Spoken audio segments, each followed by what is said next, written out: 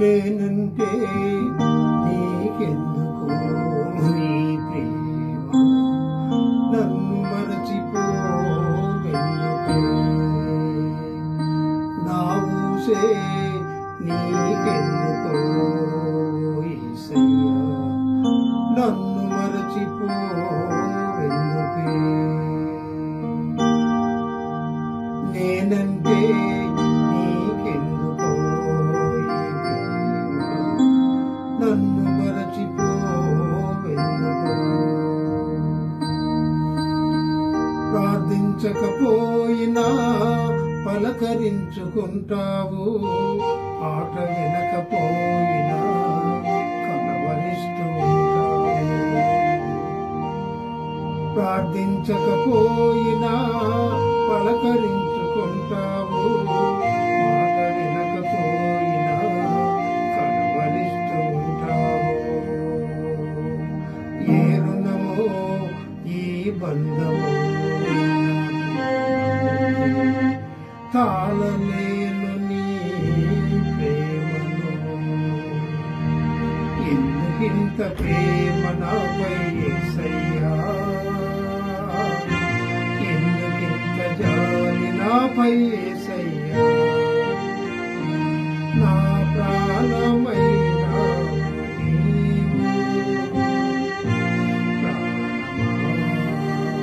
నా ప్రాణమా నేనంటే నీకెందుకో నన్ను మరచిపోవెందుకో నా ఊసే నీకెందుకో యేసయ్యా నన్ను మరచిపోవెందుకో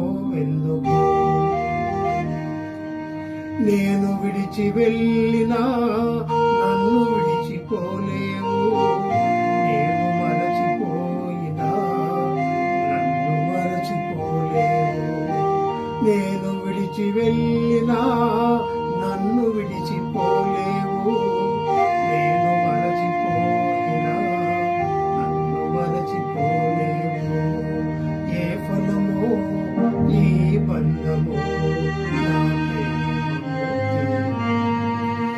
తాళలేను నీ ప్రేమను ఎందుకింత ప్రేమ నాపై యేసయ్యా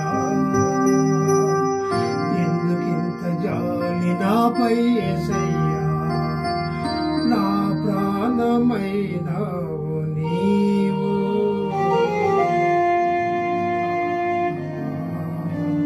నా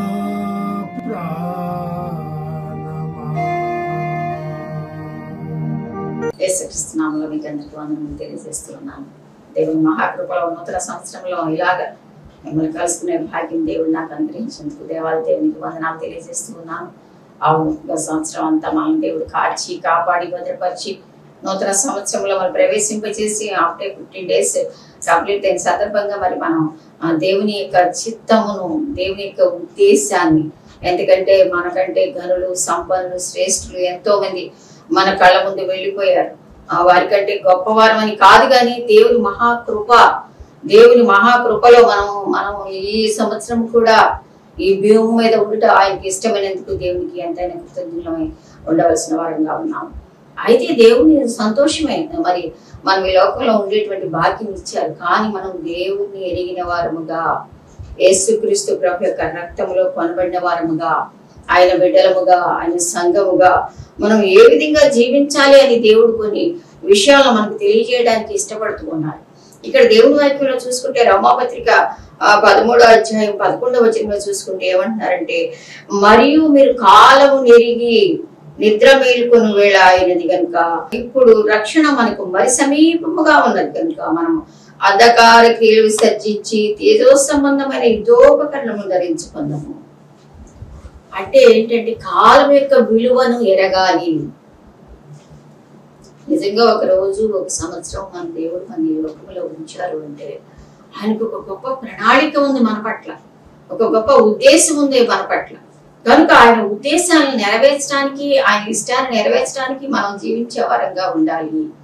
మరి ఏమంటున్నాడంటే ఇక్కడ మరియు మనం కాలము నెరగాలి. మరి ప్రతి దినము ఇప్పటికి 15 రోజులు అయిపోయినాయి అంటే 350 దినాలు ఇంకా మనకు ఉన్నాయి ఈ సంవత్సరంలో. 350 దినాల్లో కూడా మనం ఎంతవరకు మన కోసం జీవిస్తున్నాము, దేవుడి కోసం జీవిస్తూ ఉన్నాము, యేసు కొరకు జీవిస్తున్నాము అన్న విషయాన్ని కూడా మనం ఆలోచించుకోవాలి. ఒక ప్రణాళికాబద్ధంగా మనం ముందుకు వెళ్ళాలి. అంతేకాదు ఆయన ఇష్టాన్ని మనం నెరవేర్చే వారంగా ఉండాలి.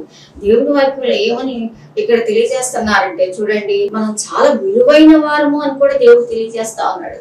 ఈ లోకంలో మనల్ని ఇంకా దేవుడు ఉంచారు అంటే ఆయన దృష్టిలో మనం చూడండి దేవుని వాక్యం ఏమని రాయబడింది అంటే 1 పేతురు 2వ అధ్యాయము 9వ వచనంలో చూస్తే, అయితే మీరు చీకటిలో నుండి ఆశ్చర్యకరమైన తన వెలుగులోనికి మిమ్మల్ని పిలిచిన వాని గుణాతిశయములను ప్రచురము చేయ నిమిత్తము ఏర్పరచబడిన వంశమును, రాజులని యాజక సమూహమును, పరిశుద్ధ జనమును, దేవుని సొత్తైన ప్రజలు. దేవుని దృష్టిలో మనం చాలా విలువైన వారం కనుక ఇంకా మన కాలం విలువ నెరిగిన వారముగా ఇంకా చీకటి పనులు మరి చేయకుండా మరి ఈ దోపకరణాలను ధరించుకుంటూ మీరు చీకటిలో నుండి ఆశ్చర్యకరమైన వెలుగులోకి, ఆయన వెలుగులోకి మనల్ని పిలిచారు, ఆయన యొక్క బిడ్డలుగా మనం చేసుకున్నారు. కాబట్టి మనం ఆయన వెలుగులో ఆయన గుణాతిశయములను ప్రచురించే వారంగా ఉండాలి. దేవుని వాక్యం ఏమని సెలవిస్తా ఉందంటే 1 తెస్సలోనికీయులకు రాసిన పత్రిక 5వ అధ్యాయం 1వ వచనం, మీరందరూ వెలుగు సంబంధులను పగటి సంబంధులై ఉన్నారు, మనం రాత్రి వారము కాము, చీకటి వారము కాము. ఎందుకంటే ఇందాక మనం మాట్లాడుకుంటూ వచ్చాం, మనం ఆశ్చర్యకరమైన వెలుగులోకి పిలువబడిన వారు కనుక మనం ఇంకా చీకటి సంబంధులం కాదు. చీకటి పనులు, చీకటి జీవితాలని సంపూర్ణంగా విడుదలైనటువంటి వారము కనుక పగటిలో నడుచుకున్నట్లుగా మర్యాదగా నడుచుకోవాలి దేవుని వాక్యం సెలవిస్తాం. అంతేకాదు చూడండి, ఇలాగూ చేయుట యేసుక్రీస్తునందు మీ విషయంలో దేవుని చిత్తము. దేవుని యొక్క మహాకృపలో మనం ఒక సంవత్సరం బ్రతికున్నామని మాట్లాడుకుంటున్నాం. ఈ సంవత్సరంలో మనం చాలా దేవుని దృష్టిలో ప్రెషస్ విలువైన వారం అని మాట్లాడుకుంటున్నాం. ఆశ్చర్యకరమైన వెలుగులోకి మనం పిలిచిన దేవుని సొత్తైన ప్రజలము, రాజులని యాజక సమూహం అని మనం మాట్లాడుకుంటూ వస్తున్నాం. అయితే ఇంత విలువైన మనకు ఇంత విలువైన జీవితాన్ని ఇచ్చిన దేవుడు చీకట్లో కాకుండా వెలుగులో నడవండి. వెలుగు అంటే దేవుడు యేసుక్రీస్తు ప్రభు మన జీవితాలకు వెలుగై ఉంటున్నారు కనుక ఆయన వెలుగులో మనం నడవాలి, వెలుగు సంబంధముగా ఉండాలి. అప్పుడు మాత్రమే అనేకులకు చీకట్లో ఉన్న వారికి కూడా మనం వెలుగుని అందించే వారంగా ఉంటాము, చీకటి జీవితాలను వెలుగులోకి నడిపించే వారంగా ఉంటాము. కాబట్టి ఇక్కడ ఏమంటున్నాడంటే, ఇలాగూ చేయుట యేసుక్రీస్తునందు మీ విషయంలో దేవుని చిత్తము. మనం ఒక జీవితాన్ని కలిగి ఉన్నాము అంటే మనకి దేవుడు మళ్ళీ మనకి సంవత్సరాన్ని ఎక్స్టెన్షన్ చేశారు అంటే ఆయన ఉద్దేశంలో ఆయన చిత్తం ఒకటి ఉంటుంది, ఆయన ఉద్దేశం ఒకటి ఉంటుంది. ఆయన ఉద్దేశం ఏంటి అని చెప్పేసి పైన మనకి తెలియజేస్తా ఉన్నారు. కనుక ఈ సంవత్సరంలో మనము దేవుని యొక్క చిత్తం ఏమిటి మనం చాలా సార్లు ప్రార్థన చేసుకున్నాం, ప్రభా నన్ను ఇంకా ఉంచావు, నీ చిత్తం ఏంటి, నీ ఉద్దేశం ఏంటి అని. ఓకే, ఆయన చిత్తం ఏంటి అని చాలా సార్లు మనం అనుకుంటాం. కానీ ఇక్కడ ఏమంటున్నాడంటే చూడండి, దేవుడు చాలా వివరంగా తెలియజేస్తా ఉన్నారు. ఎఫెసీయులకు రాసిన పత్రిక 5వ అధ్యాయం 9వ వచనంలో చూస్తే ఇక్కడ ఏంటంటే, మనం వెలుగు సంబంధులము కనుక వెలుగు విషయాలే మరి దేవుడు చెప్పిన విషయాలు మాత్రమే మనం చెయ్యాలి అని చెప్పి దేవుని వాక్యం తెలియజేస్తాం. చూడండి, మీరు పూర్వమందు చెట్టై ఉన్నారు, ఇప్పుడైతే వెలుగు కాబట్టి అంటే దేవుని చేత విమోచింపబడినారు కాబట్టి ప్రభు నుండి వెలుగై ఉన్నారు కనుక వెలుగు ఫలము సమస్త విధమైన మంచితనము. ఇప్పుడు మనం వెలుగు సంబంధం కదా, మరి వెలుగులో మనం ఏం చేయాలి, దేవుని కోసం ఎలా బ్రతకాలని చాలా వివరంగా అపోస్తలుడైన పౌలు గారు ఎఫెసీయులకు రాస్తూ మనకు కూడా రాస్తూ చెప్తూ ఉన్నారు. సమస్త విధమైన వెలుగు ఫలం ఏంటంటే, మీరు వెలుగులో జీవిస్తున్నారు అంటే, యేసుక్రీస్తు ప్రభుని కలిగి మరి లోకంలో బ్రతుకుతున్నారు అంటే వెలుగు సంబంధులుగా మీరు ఏం చేయాలి అంటే, సమస్త విధమైన మంచితనము, నీతి, సత్యమును వాటితో కనబడుతున్నది. ఎందుకంటే నీతిని సత్యాన్ని కలిగి ఉన్నారు. నీతి వెలుగు ఫలాలు అన్నమాట. వెలుగులో నడుస్తున్నాం యేసుప్రభు దేవుడు యేసుప్రభు బిడ్డలుగా ఉంటున్నాం. ఈ వెలుగు సంబంధంలో మాకు చీకటిగా అనుకుంటున్నాం. వెలుగు యొక్క ఫలాలు ఏంటి అంటే, ఒకటి నీతిగా జీవించాలి. దేవుని యొక్క నీతిని బట్టి రక్షణ కవచాన్ని మనం కలిగి ఉండాలి. ఇక్కడ చూస్తే నీతి అంటే అబ్రహాము దేవుని నమ్మెను, అది అతనికి నీతిగా ఎంచబడెను. దేవుని వాక్యం ఏమని సెలవిస్తుందంటే, యేసుక్రీస్తు ప్రభుని నమ్మడమే నీతి. రోమాపత్రిక 4:3 చూస్తే దేవుని నమ్మడమే నీతి. అబ్రహాము దేవుని నమ్మెను, అది అతనికి నీతిగా ఎంచబడెను. ఎప్పుడైతే దేవుని నమ్ముతామో ఆయన యొక్క నీతి మనలో ఆపాదించబడుతుంది. ఆయన యొక్క లక్షణాలు మనలోకి వస్తాయి. ఆ విధంగా మనం నీతితో మనం జీవించడానికి ఎక్కడున్నా సరే, అంటే దేవుని యొక్క నీతిని కలిగి ఎక్కడ, మన ఇంట్లో అయినా, మన ఆఫీస్లో అయినా, మన నైబర్స్తో అయినా, మన ఫ్రెండ్స్తో అయినా, మన యొక్క బంధువులతో అయినా, ఎవరితో అయినా సరే దేవుని సంబంధమైన నీతిని కలిగి మనం ముందుకు వెళ్తూ ఉన్నప్పుడు ఆ అవినీతికి దారి ఉండదు, నీతి లేని పనులకు దారి ఉండదు. ఎందుకంటే దేవుడు నమ్మడమే నీతి అంటున్నాం కదా. దేవుడు మనలో ఉంటారు కదా.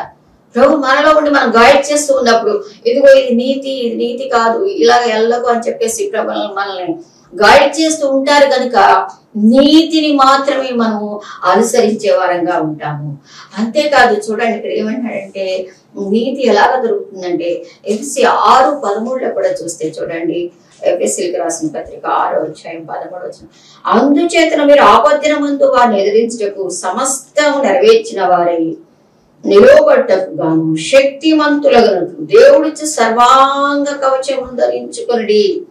ఏలాగనగా మీ నడుమకు సత్యమును తట్టి కట్టుకుని నీతి అను మైమరువును.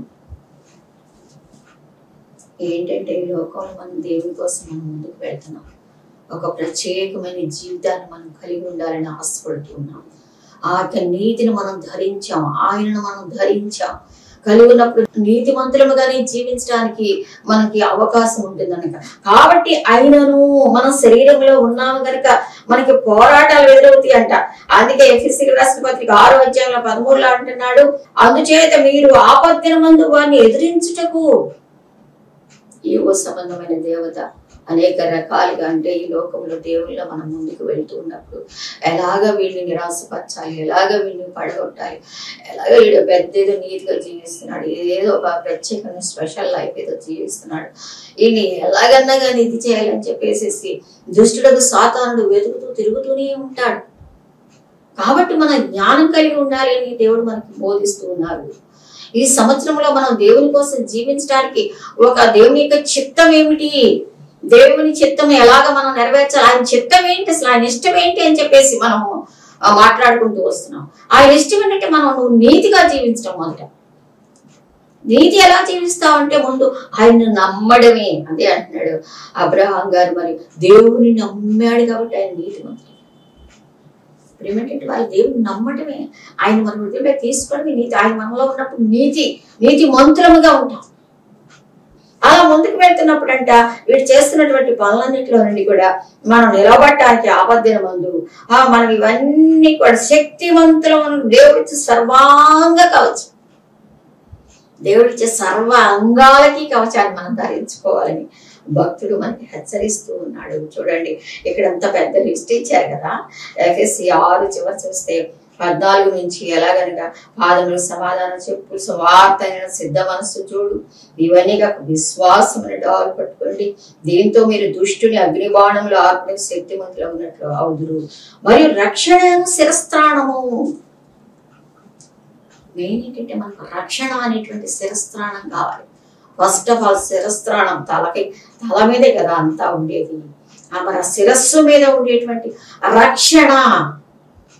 రక్షణ మనకు కావాలి. ప్రేమేంటంటే వాళ్ళ ఇంకా మనం దేవుని వెళ్ళాం అని చెప్పుకుంటున్నాం. ఓకే, దేవుని నువ్వు అంగీకరిస్తే ఓకే.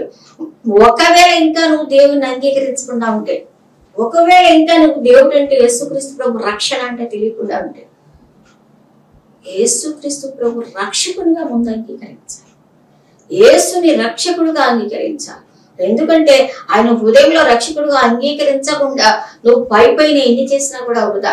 ఈ శిరస్త్రాణం లేకుండా ఈ మిగిలినాటికి చెప్పులేసుకోను నడుముకి దట్టి కట్టుకుని అవి కట్టుకుని ఈ కట్టుకుని ఓకే, అసలు తలకి లేకపోతే తల మీద కొట్టాడు ఇంకో పడిపోతాం అంతే, ఏం తలే కదా.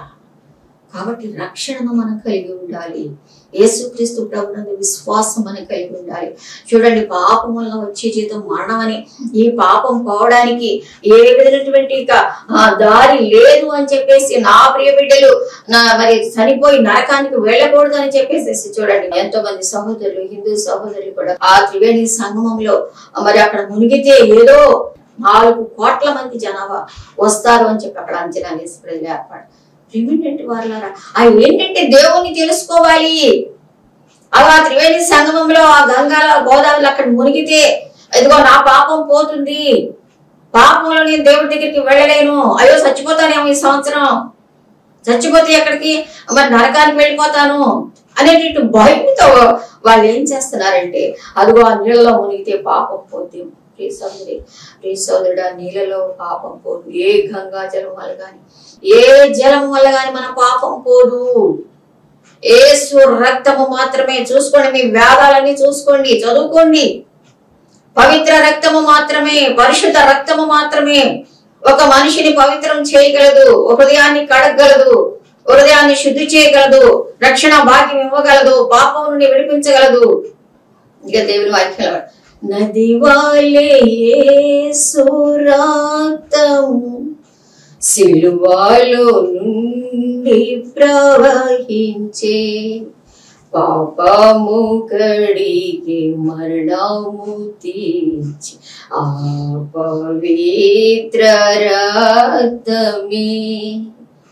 యేసు చావందే సిలువపై నీ కొరకే నా కొరకే, ఎంత గొప్ప శ్రమను చేను నీ కొరకే నా కొరకే. ప్రిసురుడా, ప్రిసురుడి, ఆ జలములో, ఆ గంగా జలంలో పోతున్నాడు. మన శరీరంలో ఉంటే మునిగిపోయితేమంతే. ఆత్మకు అంటుకున్నటువంటి మురిగిపోవాలంటే ఒక ఆత్మీయుడు, ఒక పరిశుద్ధుడు, ఒక పాపం లేనటువంటి పుణ్య పురుషుడు మనకు మారుగా సిలువలో ప్రవాహం వలె రక్తం కార్చారంట. నీకోసం, నా కోసం మన ప్రక్షాళన చేశారు, మన కోసం ఆయన మరణించేశారు. ఆయన చేశారు, మనం చేయవలసినంత ఆయన చేశారు. మనం ఇంకేం చేయలేం. మీరు చూసుకోండి, ఎవరైనా పుణ్య పురుషుడు మరణిస్తేనే ఆయన ద్వారా మాత్రమే విమోచన. మీకు వేదాల్లో కూడా ఉంది, చదువుకోండి. ఈ నీళ్ళ వల్ల మనకి ఏమి పాపం పోదు. కొబ్బరికాయలో నీళ్ళ వల్ల కానీ మరి దేని వలన రక్షణ కలుగదు. మరి అంటారు, ముందుగా ఆచరిస్తున్నాను, మీరేం చేయక్కల విశ్వాసంతో యేసు ప్రభువా నా పాపాలు కూడా సిలువలో మోసుకెళ్ళావయ్యా, నా కోసం కూడా సిలువలో మరణించావు అని మనం విశ్వసిస్తే చాలు. ఆయన హృదయంలోకి ప్రవేశిస్తారు. ఆయన పరిశుద్ధ రక్తంలో మన జీవితానికి, మన హృదయాన్ని కడుగుతారు. మనం శుద్ధులం అవుతాం, ఆయన బిడ్డలం అవుతాం. అప్పుడు రక్షణ, అది దాన్ని రక్షణ అంటే రక్షించబడినాము, అపాయం నుండి తప్పింపబడ్డాము, నరకం నుంచి విడిపించబడ్డాము, ఇప్పుడు దేవుని బిడ్డలము. ఒక కాన్ఫిడెన్స్ అన్నమాట, ఒక రక్షణ శిరస్త్రాణం. అది ముందు పెట్టుకోండి మీరు అని చెప్తున్నాడు భక్తుడు ఇక్కడ. అది కలిగి ఉన్న తర్వాత ఇవన్నీ విశ్వాసం అనే డాలు, దాంతో కూడా మీరు దుష్టుల బాణాన్ని ఆపవచ్చు అని చెప్పేసి దేవుని వాక్యం అనే ఆత్మ ఖడ్గం ఇవన్నీ కూడా కలిగి ఉండండి. ప్రేమైనటువంటి వాళ్ళారా, నూతన సంవత్సరంలో ప్రవేశించాము. మనం నూతనంగా ఎలాగ దేవుని కోసం ఒక విలువైన వారంగా జీవించాలంటే, వేరే సంబంధంగా జీవించాలి అంటే, చీకట్ల నుంచి బయటికి వచ్చాం. మనం పిలువబడిన వారం, ప్రాణం ఇచ్చి రక్తం ఇచ్చి కొనబడ్డ వారం. మనం చాలా ఆయన దృష్టిలో ప్రెషస్ అని పడితే ప్రాణం పెట్టి మనల్ని కొనుక్కున్నాడు, ప్రాణం పెట్టి మనల్ని కొనుక్కున్నాడు. కాబట్టి ఆయన దృష్టిలో మనం చాలా విలువైన వారు. మరి ఇంకాను అంత విలువతో మనం గత సంవత్సరాలని కాపాడటమే కాకుండా ఈ సంవత్సరం కూడా ఈ భూమి మీద ఉండట ఆయనకి ఇష్టమైంది. ఎంత కృతజ్ఞత చెల్లించబద్దులు అయి ఉన్నాం. ఎంత స్తుతించిన రుణస్థలమే మనం. అయితే ఆయనకి స్తుతి చెల్లించటే కాకుండా ఆయనకి ఇష్టమైన వారంగా మనం జీవించాలి, ఆయనకి ప్రియమైన వారంగా మనం జీవించాలి, ఆయన చిత్తాన్ని మనం చేసే వారంగా ఉండాలని మనం ధ్యానం చేసుకుంటా వస్తున్నాం. దానిలో ఏంటంటే నీతిగా బట్టి జీవించాలనుకున్నాము. ఆ తర్వాత నీతిగా జీవించాలంటే చూడండి, సామెతల గ్రంథము 12వ అధ్యాయం 5వ వచనంలో చూస్తే దేవుని వాక్యం చదివిస్తా ఉన్నాం. నీతిమంతుల తలంపులు న్యాయయుక్తములు. ఎందుకంటే మనం నీతి గురించి మాట్లాడుకున్నాం కదా, నీతిని ధరించుకున్నాం కదా, ఆయన మనం ధరించుకున్నాం కదా. ఆయన ధరించుకున్నప్పుడు అంట నీతిమంతుల తలంపులు కూడా న్యాయంగా ఉంటాయి. అంటే తలంపులే కదా మనల్ని పాడు చేసేది. నెక్స్ట్ ఏం చేయాలని తాచుకుంటా ఉంటాం, ఎవరికి ఏ విధంగా చేయాలి. ఆ తలంపులు కూడా చాలా నీతియుక్తంగా ఉంచాలంట. కాబట్టి నీతిమంతుల తలంపులు, నువ్వు ఎప్పుడైతే నీతిని అనుసరిస్తా ఉంటావో నీ తలంపులు కూడా చాలా పరిశుద్ధముగాను మరియు దేవునికి అనుకూలంగా కూడా ఉంటాయి అని చెప్పేసి దేవుని వాక్యం సెలవిస్తా ఉంది. అంతేకాదు 26వ వచనంలో నీతిమంతుడు తన పొరుగు వానికి దారి చూపును. ఎప్పుడైతే నీతి అయినటువంటి దేవుని నమ్మకం ఉంచి యేసుక్రీస్తు ప్రభువును మనం కలిగి ఉంటామో పొరుగు వారికి దారి చూపిస్తాం. అవును, మన ఉద్దేశం అదే కదా, మన పని అదే కదా. మనం మంచి బాటలోకి మనల్ని నడిపించారు ప్రభు, నిత్య మార్గంలోకి మనల్ని నడిపించారు. ఇతరులకు కూడా దారి చూపించే వరంగా ఉంటాం మనం. అయ్యో అటు పోకు, అది పద్ధతి మంచిది కాదు, అది మార్గం కాదు, అది చాలా నువ్వు అపాయంలో పడిపోతావు, ప్రియ తమ్ముడా ప్రియ చెల్లి, అదిగో ఇది మార్గం, నేనే మార్గం సత్యం జీవం అని చెప్తున్నారు యేసుక్రీస్తు ప్రభు వారు. ఆయన మాత్రమే మార్గము అని చెప్పేసి నీతి మార్గాన్ని మనం చూపించే వారంగా ఉంటాం. ఇప్పుడు నీతిని కలిగి ఉంటాం కనుక అలాంటి నీతితో మనం ఈ యొక్క నూతన సంవత్సరంలో జీవించడం ఆయన చిత్తము, ఆయన ఇష్టం అని దేవుని వాక్యం సెలవిస్తా ఉంది. అంతేకాదు చూడండి, రక్షణ నీతి దీన్ని దేవునిలో కలిగి ఉండాలని కోరుకుంటున్నాం. అంతేకాదు చూడండి, రోమపత్రిక 4వ అధ్యాయం 3వ వచనం, అది దేవుడు అబ్రహాం దేవుని అన్నాడు. నిజంగా దేవుని అబ్రహాము మరి చూస్తే అసలు అంత నీతి అంటే దేవుడి మీద ఎంత గుడ్డి నమ్మకం చూడండి ప్రియమైన ద్వారా. ఆదికాండం 12వ అధ్యాయంలో చూస్తే అబ్రహాం మన పితరుడు, విశ్వాసులకు తండ్రి. ఆయన ఏమంటున్నారు, యెహోవా నీవు లేచి నీ దేశము నుండి, నీ బంధువుల ఎదురు నుండి, నీ తండ్రి ఇంటి నుండి బయలుదేరి నేను నీకు చూపించే దేశానికి వెళ్ళు.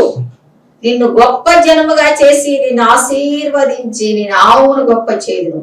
నీవు ఆశీర్వాదముగా ఉండువు, నిన్ను ఆశీర్వదించు వారిని ఆశీర్వదించు. నువ్వు లే, నేను చూపించే దేశానికి వెళ్ళు. అంతే, ఏం చెప్పలా. గొప్ప ధనవంతుడైనా చక్కగా ఉన్నాడు, అన్ని పరిస్థితులు బాగానే ఉన్నాయి. కానీ దేవుడు చెప్పినప్పుడు ఏం మాత్రమే కూడా చూడండి, అబ్రాహాము తనకు కలిగిన సమస్తము, తన భార్యను తనతో కూడా లోతును వెంట పెట్టుకుని ఐగుప్తు నుండి నెగమునకు వెళ్ళాను. ఎప్పుడైతే దేవుడు చెప్పాడు వెంటనే, అంటే అంత నమ్మకము, అంత నీతి గలవాడు అబ్రహామే. దేవుని నమ్మినది అతనికి నీతిగా ఎంచబడి. నీతి గురించి మనం మాట్లాడుకుంటున్నాం. ఆ దేవుణ్ణి తీసుకున్నాడు, విశ్వాసంతో ఉన్నాడు. నా దేవుడు చెప్పాడు కాబట్టి నేను వెళ్ళిపోతున్నాను. ఎందుకంటే ఆయన తప్పు చెప్పడు. ప్రియమైనటువంటి వాళ్ళారా, ఈ నూతన సంవత్సరంలో నీ మార్గము దేవుని సన్నిధిలో ప్రభా నీ చిత్తానుసారముగా నువ్వు గతంలో వెళ్ళినటువంటిది కాదు అంటున్నాడు యెహోషువ గ్రంథంలో. ఇది నూతనంగా నువ్వు వెళ్తావు అంటున్నాడు. నువ్వు వెళ్ళిన లాగా ఉండదు ఇప్పుడు. ఒకవేళ ఇటువంటి పరిస్థితులు మన జీవితంలో వచ్చినప్పటికీ, ఈ సంవత్సరంలో ఎటువంటి పరిస్థితులు కూడా నువ్వు వెళ్ళవలసి వచ్చినప్పటికీ దేవుడు తోడుగా ఉంటే, దేవుని యొక్క నీతి దేవుని హృదయంలో కనుక ఉంటే ఆయన చక్కగా నడిపిస్తాడు. అబ్రహాం అదే కదా, విశ్వాసంతో ఆయన బయలుదేరి వెళ్ళాడు. ఆయన మనం అబ్రహాం జీవితం అంతా చూస్తే ఎప్పుడన్నా విడిచిపెట్టాడు దేవుడు. ఎంత చక్కగా ఆయన నడిపించాడు. అందుకే మన పితరుడిగా ఆయన మనం పిలుచుకుంటాం. కనుక ప్రేమేంటి వాళ్ళ నీతిని మనం కలిగి ఉండాలి. అంతేకాదు చూడండి, మరి ఇక్కడ చూస్తే యోహాను సువార్త 11వ అధ్యాయంలో చూడండి 40వ వచనంలో చూస్తే, నీవు నమ్మినలా దేవుని మహిమను చూతువని నీతో చెప్పలేదా? అవును, ఇక్కడ అబ్రహాం కూడా నమ్మాడు, మనం మాట్లాడుకున్నాం కదా, అదే నీతి అన్నాం కదా. అందుకే ఇక్కడ కూడా చూడండి ఏమంటున్నాడు, ఈ లాజరు గారు చనిపోయారు, మార్త మరియా లాజరు ఇవన్నీ మనకు తెలిసిన విషయాలే. మార్త మరి చాలా బాధపడిపోతా ఉంది. ప్రభు అతడు చనిపోయి 4 దినములు అయింది కనుక వాసన కొడతాడు. అందుకు యేసు నువ్వు నమ్మితే దేవుని మహిమ చూస్తావు, నువ్వు నమ్ము అంతే. ఇవన్నీ ద్వారా మనం ఒకసారి అసలు కాంటెస్ట్ లోకి ఆ ప్లేస్ లోకి వెళ్దాం మానసికంగా. 4 రోజులు అయిపోయింది కదా, వాసన కొట్టేస్తుంది కదా తీస్తే. అయినా ప్రభు వారు ఏమంటున్నారంటే నువ్వు నమ్ము, వాటి గురించి నువ్వు ఆలోచించువాక. అయ్యో వాసన కొట్టేస్తాడే, 4 రోజులు అయిందే, అయ్యో ప్రభు రాలేదే, ప్రభు వస్తే చచ్చిపోయేవాడు కదా, నువ్వు వస్తుంది, నువ్వు వచ్చి ఉన్నట్లే చచ్చిపోయేవాడు కదా నా తమ్ముడు. ఇవన్నీ మనం ఎన్నో అనుకుంటాం, కానీ వాటన్నిటికీ అతీతుడు మన ప్రభువు. ఓకేలా అయ్యో ఇలా ఇలా ఎందుకు జరిగింది, ఇలా జరగదు, ఇలా జరగదు, మనం ఎన్నో మన మనసులో ఎస్టిమేషన్స్ వేసుకుంటా ఉంటాం. That is wrong. ఎందుకంటే దేవుని మీద నమ్మాలి. అన్ని పరిస్థితులను మార్చగల శక్తి గల దేవుడు. నీకు ఇష్టమైన రీతిగా, నీ జీవితానికి అనువైన రీతిగా, నీకు ఏది మేలో, ఏది శ్రేష్టమైందో, ఏది అవసరమో అది దానిని నీకు ప్రొవైడ్ చేయగల దేవుడు. నమ్మాలి. నువ్వు నమ్మితే దేవుని మహిమ వస్తావు. అంటే లైఫ్ని, ఆ నడకను దేవునికి అప్పగించుకోవాలి.